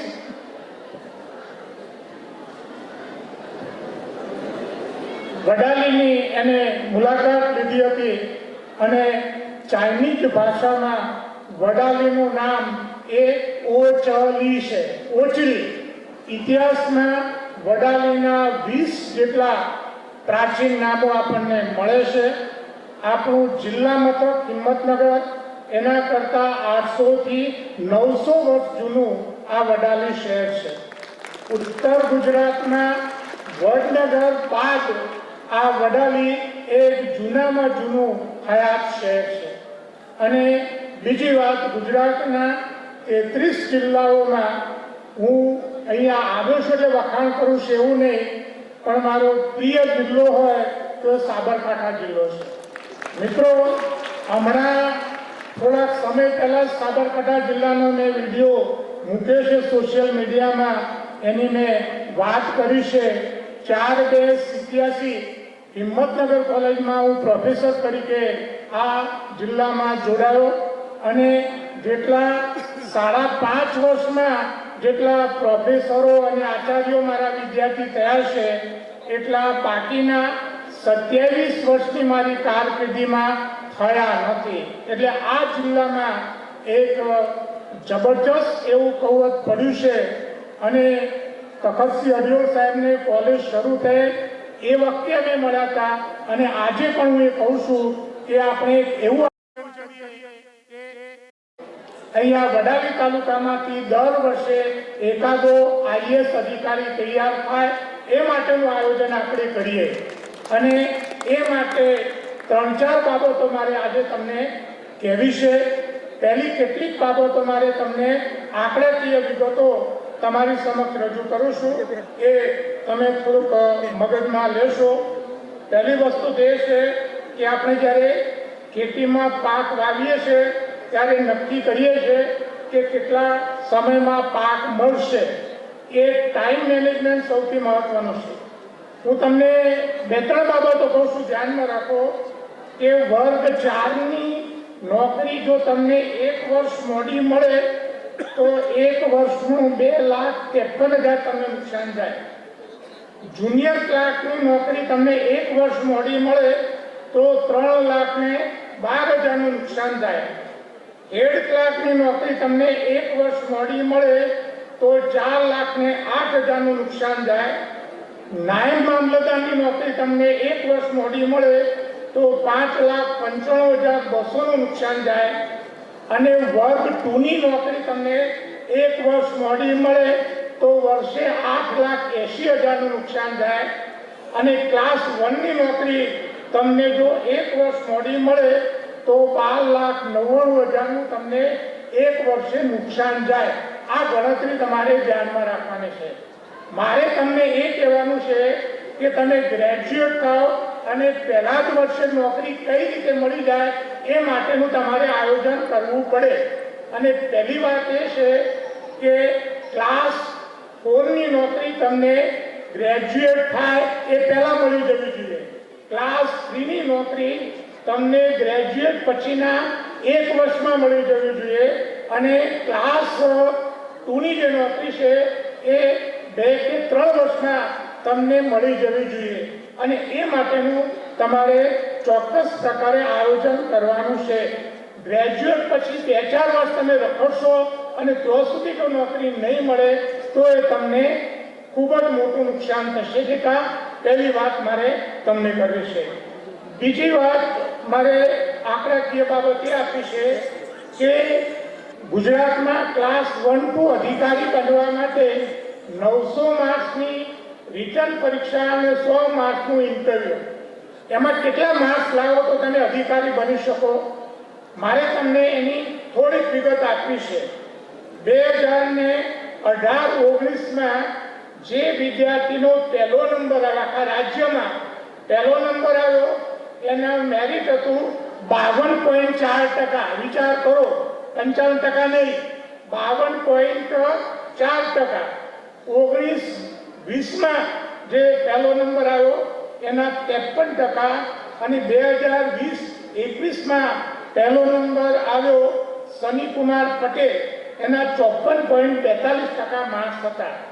મિત્રો, કહેવાનો મુદ્દો એ છે કે ક્લાસ 1-2 બનવા માટે ગુજરાતમાં તમારે 60% કે 70% લાવવાની જરૂર નથી. સાચી દિશામાં તમે મહેનત કરો અને જો તમે 55% જેટલી મહેનત તમારી આવે તો તમે 100% ક્લાસ 1 ટુ અધિકારી ગુજરાતમાં બની જાઓ. એટલે આ વસ્તુ મારે તમને કહેવાની છે. હવે ત્રીજી એની જે વાત તમને કહી દઉં કે 2018 થી 2023 સુધી જે પરીક્ષા થઈ છે 900 માર્ક્સની, એમાં સરેરાશ 401 માર્ક્સ લાવનાર વિદ્યાર્થી ક્લાસ 1 ટુ અધિકારી ગુજરાતમાં બની ગયો છે. એટલે એ પ્રમાણે તમારે મહેનત કરવાની છે. બીજી વસ્તુ મારે તમને એ કહેવાની છે કે જો આપણે યુપીએસસીના સંદર્ભમાં થોડીક હું તમને વાત કરી લઉં તો એની પણ થોડીક આંકડાકીય વિગત છે એ હું તમને આપી દઉં. અત્યાર સુધી જે 2017 થી 2021 સુધીમાં 4371 જેટલા યુપીએસસીમાં ઉમેદવારો પાસ થયા છે અને 4371 માંથી 2783 વિદ્યાર્થીઓ એન્જિનિયરિંગ ફેકલ્ટીના પાસ થયા છે. 1033 વિદ્યાર્થીઓ હ્યુમેનિટીઝ એટલે કે આર્ટ્સને લગતા કોમર્સને લગતા વિદ્યાર્થીઓ પાસ થયા છે. 315 જેટલા વિદ્યાર્થીઓ સાયન્સને લગતા એમાં પાસ થયા છે અને 240 વિદ્યાર્થીઓ છે એ મેડિકલ ક્ષેત્રમાંથી પાસ થયા છે. વિષયની વાત કરું તો પોલિટિકલ સાયન્સમાં સૌથી વધુ 536 વિદ્યાર્થીઓ પાસ થયા છે. સોશિયોલોજીમાં બીજા નંબરે 440 છે. ત્રીજા નંબરે ભૂગોળમાં 367 છે અને ચોથા નંબરે એન્થ્રોપોલોજી માનવ નૃવંશશાસ્ત્રમાં 363 વિદ્યાર્થીઓ પાસ થયા છે. ગુજરાતમાંથી જે આઈએએસ બને છે એમાં ગુજરાતી રાખનાર વિદ્યાર્થીઓનું પાસ થવાનું મોટામાં મોટું પ્રમાણ છે, ટકાવારી છે. એટલે ગુજરાતી સાથે પણ તમે એ પાસ કરી શકો છો. થોડીક બીજી વિગત કમ્પેરિઝનની વાત કરું તો 1951 થી 2021 સુધીમાં ઉત્તર પ્રદેશમાંથી 717 જેટલા યુપીએસસી, બીજા નંબરે બિહારમાંથી 512, ત્રીજા નંબરે રાજસ્થાનમાંથી 312 જેટલા પાસ થયા છે. ચોથા નંબરે તામિલનાડુમાં 318. ગુજરાતનો નંબર 110 થી 10માં આવતો નથી. આપણે એ માટેના પ્રયાસ કરવાના છે. મધ્યપ્રદેશ 10મા ક્રમાંકે છે, 183 જેટલા પાસ થયા છે. હવે આપણે સ્પર્ધાત્મક પરીક્ષામાં પાસ થવા અંગેની કેટલીક જે વિગત છે એ હું તમને કહી દઉં. પણ મોટી વિગત એ છે કે ગુજરાતમાંથી જો તમારે સ્પર્ધાત્મક પરીક્ષા પાસ કરવી હોય તો 2-4 બાબતો તમે એની ગાંઠ વાળો. પહેલી બાબત એ છે કે તમારું બાળક જો અંગ્રેજી મીડિયમમાં ભણતું હોય તો ઘરે ગુજરાતીના ટ્યુશનની વ્યવસ્થા કરાવજો. આ વસ્તુ બરાબર ધ્યાનમાં રાખો. અને જો તમારું બાળક ગુજરાતી મીડિયમમાં ભણતું હોય તો ઘરે અંગ્રેજીના ટ્યુશનની વ્યવસ્થા કરાવજો. જો તમારે ગુજરાતમાં વિદ્યાર્થીઓને પરીક્ષા પાસ કરાવી છે તો આ વસ્તુ છે એ બરાબર ધ્યાનમાં રાખજો. અંગ્રેજી મીડિયમમાં ભણનાર વિદ્યાર્થીઓને ગુજરાતીના પેપરમાં પારાવાર મુશ્કેલીઓ પડે છે એ ફેક્ટ છે. એટલે આ વસ્તુ છે એ તમારે ધ્યાનમાં રાખવાની છે. બીજી બાબત એ ધ્યાનમાં રાખવાની છે કે ગુજરાતીની અંગ્રેજી બે ભાષા ઉપર તમારું પ્રભુત્વ હોવું જોઈએ.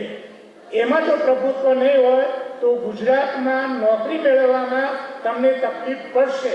અને એ પણ કેવું મુદ્દાસર અને કોન્સેપ્ટિય સાથેનું સમજવાનું, જેવું તેવું નહીં. હું 2001 થી સોશિયલ મીડિયામાં 1-2 વાક્યો અંગ્રેજીમાં મૂકું છું કે તે એવી રીતે વર્તે છે કે બધું એના બાપનું હોય. હજુ સુધી કોઈ એનું સાચું અંગ્રેજી કર્યું નથી. આ તમને એ એવી રીતે વર્તે છે કે બધું એના બાપનું હોય. તમે સોશિયલ મીડિયામાં એનો જવાબ મને આપજો. મારો કહેવાનો મુદ્દો એ છે કે જો કોન્સેપ્ટ ક્લિયર સાથેનું શીખશો નહીં તો પાસ થશો નહીં. ગોખણ પટ્ટી નહીં પણ સમજણ સાથેનું તમારે શીખવાનું છે. એ પછી ગુજરાતી હોય કે અંગ્રેજી હોય. અને ગુજરાતી, અંગ્રેજી અને ગણિત માટે શીખવા માટેનો એનો સાચો ક્રમ છે. એ ક્રમે તમે શીખો તો તમને આવડશે, નહીતર આવડશે નહીં. એક ઉદાહરણ આપું. તમે ગણિતમાં અપૂર્ણાંકના દાખલા શીખો, પછી વિદ્યાર્થીઓને તમારે શું કહેવું પડશે કે બેટા જો આનો લસા આ કરવો પડે, તો પહેલા જો લસા ના આવડે તો અપૂર્ણાંકના દાખલા આવડે નહીં. એવું જ અંગ્રેજીમાં છે. તો એ અંગ્રેજીનો જે શીખવાનો જે ક્રમ છે એ ક્રમ તમે શીખી લો. ગુજરાતી, અંગ્રેજી, મેથ્સ અને રિઝનિંગ આ વિષયો છે એ દરરોજનો તમે એક ટોપિક શીખો. અને હું તો તમને એટલે સુધી કહીશ કે તમે આ મેથડ અપનાવશો તો કોઈ જગ્યાએ ટ્યુશનમાં જવાની જરૂર નથી. પણ એ કામ નિયમિત રીતે તમારે કરવાનું છે, એ તમારે ધ્યાનમાં રાખવાનું છે. સ્પર્ધાત્મક પરીક્ષામાં પાસ થવા માટેની એક બીજી મહત્વની બાબત એ છે કે તમારી પાસે મલ્ટી ડિસિપ્લિનરી નોલેજની અપેક્ષા રાખવામાં આવે છે. હું જ્યારે સ્કૂલમાં ભણતો હતો ત્યારે એક અંગ્રેજીના શિક્ષકે નોટિસ બોર્ડ ઉપર કંઈક લખ્યું હતું. એટલે મેં એમનું ધ્યાન દોર્યું કે સાહેબ આ જોડણી ખોટી છે. તો એમનો જવાબ હતો કે હું કેમ ગુજરાતીનો શિક્ષક છું, હું તો અંગ્રેજીનો શિક્ષક છું. આવું કરશો તો ચાલશે નહીં. તમે કોમર્સમાં ભણતા હશો અને એમ કે તમારે ગુજરાતી શું કામની, કે અમારે અંગ્રેજી શું કામનું, બંધારણ શું કામનું, તો પાસ થવાશે નહીં. સ્પર્ધાત્મક પરીક્ષામાં મલ્ટીલિંગ્વલ ડિસિપ્લિન જોઈએ. જે બધા જ વિષયો છે એ બધા જ વિષયોમાં તમારી તૈયારી હોવી જોઈએ. મારી કેટલીક જે ફોર્માલિટી મીન્સ ફરી પાસ થવાની જે સક્સેસ ફોર્મ્યુલા છે એની બે ચાર વાત કરી દઉં તો પાસ થવા માટે હું 5T ની વાત કરું છું.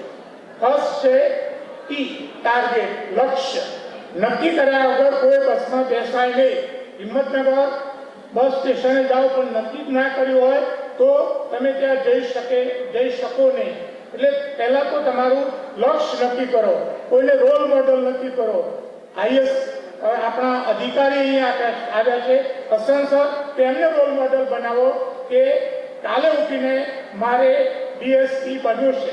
મારો એક વિદ્યાર્થી પીએસઆઈની તૈયારી કરે, એને આખો ડ્રેસ છે એના રૂમમાં શીવડાવી રાખેલો. સવાર પડે અને જુએ કાલે ઉઠીને મારે આખી ડ્રેસ પહેરવાનો છે.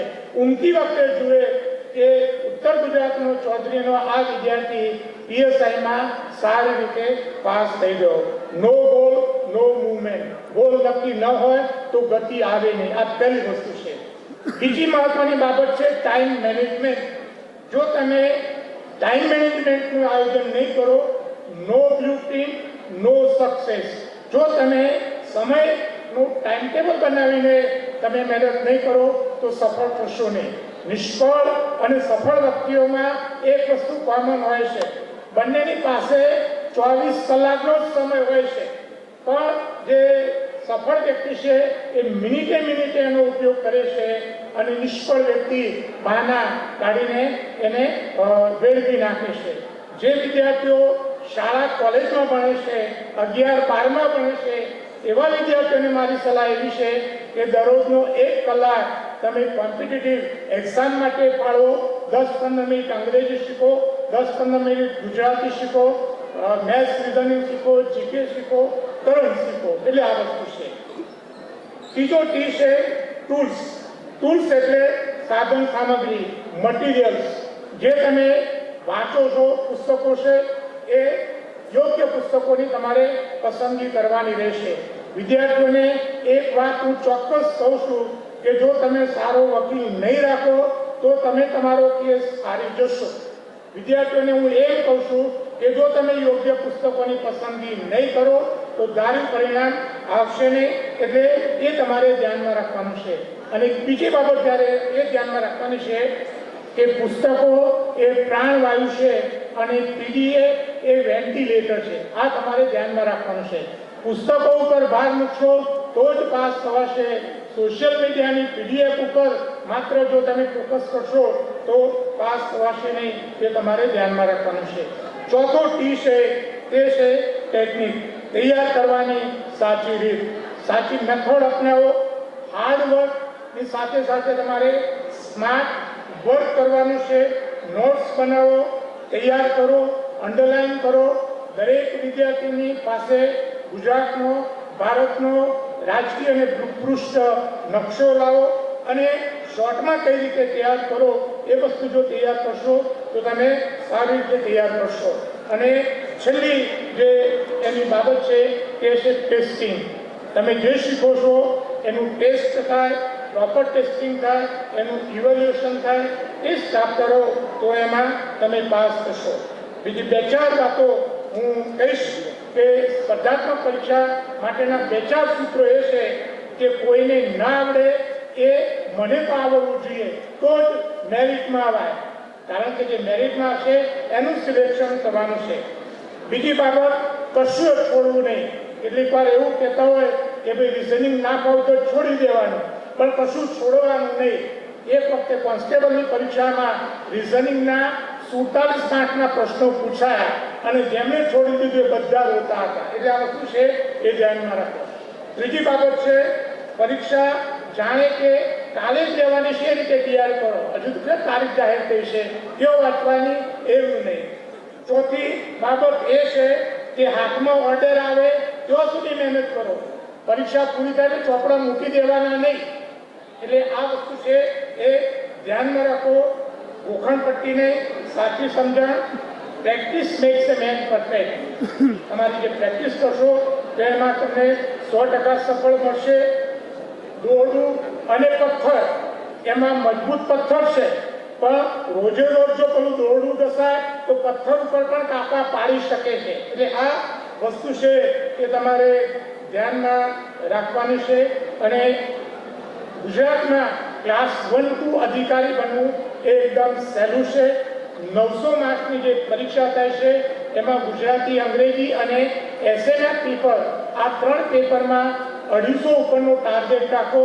તમે 100% ક્લાસ 1-2 અધિકારી બની શકશો. ટાઈમ મેનેજમેન્ટ આપણું આયોજન એ જળવાયું નથી એટલે મારી વાતને હું થોડોક વિરામ આપીશ. છેલ્લે એક હળવી વાત અને એક થોડી માર્મિક ટકોર સાથે હું મારી વાતને વિરામ આપું છું કે કોઈના મામા બનીએ એ પહેલાં પરણી જવું અને પરણીએ એ પહેલાં પગભર થઈ જવું. એક ભાઈનું પેટ ઠેકાણું પડે નહીં, 50%થી આગળ વધે નહીં. જોવા જાય એટલે કે કેટલે થયું કે મને છોકરી ગમે છે બરાબર કે તો એ નક્કી નહીં, 50%થી આગળ વધે નહીં. 2-5 વર્ષ 50% જ ચાલ્યું. પછી છેલ્લે એને એવું થયું કે ચાલો ને આપણે જે પહેલા જોઈ હતી એને હા પાડી હતી ત્યાં જઈએ.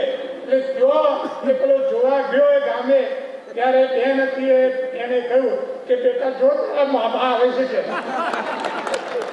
એટલે કોઈના મામા થઈએ એ પહેલા પરણી લેવાનું અને પરણીએ એ પહેલા પગભર થઈ જવાનું. જીવનમાં સુખી થવાની આ મારી સલાહ છે. અને છેલ્લે એક શેર કહીને મારી વાત અને બીજી વાત હું જાહેરમાં અહીંયા કહેવા માંગુ છું કે તખતસિંહ હરિઓલ બાપુને તો વડાલી કોલેજ શરૂ થઈ ત્યારે પણ અમે મળ્યા હતા અને આજે પણ હું સાહેબ આપને આશ્વાસન આપું છું કે આપણે પરીક્ષાની તૈયારી કરતા એવા જ વિદ્યાર્થીઓને અને આપણી શાળાના શિક્ષકોને અહીંયા બોલાવોને આપણે એવું આયોજન કરીએ કે દર વર્ષે 5 વર્ષ પછી, અત્યારે નહીં, દર વર્ષે વડાલી તાલુકામાંથી એક આઈએસ થાય એ માટે હું તમને બધી જ રીતે મદદ કરીશ. વાતને હું વિરામ આપું છું કે મને તો એવું થાય છે કે ચાલ હાર કબૂલી લઉં. મને તો એવું થાય છે કે ચાલ હાર કબૂલી લઉં, પણ મારી માએ ખાધેલ સવાશેર સૂંઠનું શું, પણ મારી માએ ખાધેલ સવાશેર સૂંઠનું શું. મિત્રો, સ્પર્ધાત્મક પરીક્ષામાં હું તમને કઈ રીતે મદદ કરી શકું એની વાત કરીને મારી વાતને વિરામ આપું છું. 2001થી હું સ્પર્ધાત્મક પરીક્ષામાં ભણાવું છું અને સોશિયલ મીડિયામાં કોઈ પણ પ્રકારની ફી લીધા વગર વિદ્યાર્થીઓને હું મેટર પૂરું પાડું છું. મારી યુટ્યુબ ચેનલ છે એમાં બધા જ વિડીયો ફ્રી મૂકું છું. દરરોજ સાંજે 8 વાગે બંધારણનો એક વિડીયો, સાંજે 6 વાગે ગુજરાતી જોડણીનો વિડીયો, આ બધું જ ફ્રી છે. એમાં આપ જોડાઈ શકો છો. 2 ટેલિગ્રામ ચેનલ છે એમાં પણ ફ્રી મૂકવામાં બધી જ વિગતો આવે છે. ગૌરવંતી ગુજરાતી નામની મારી જે ટેલિગ્રામ ચેનલ છે એ કદાચ ગુજરાતમાં પહેલી એવી ચેનલ છે અને ગુજરાતી ભણાવતા બધા જ વિદ્યાર્થીઓ અને અધ્યાપકો એ આ ચેનલમાં જોડાયા જેવું છે. અહીંયા બોલાવી અમારું સન્માન કર્યું એ બદલ આ સંસ્થાનો હું દિલથી આભાર કહીને મારી વાતને વિરામ આપું છું. જય હિન્દ, જય ભારત. ખૂબ ખૂબ આભાર અને ફરીથી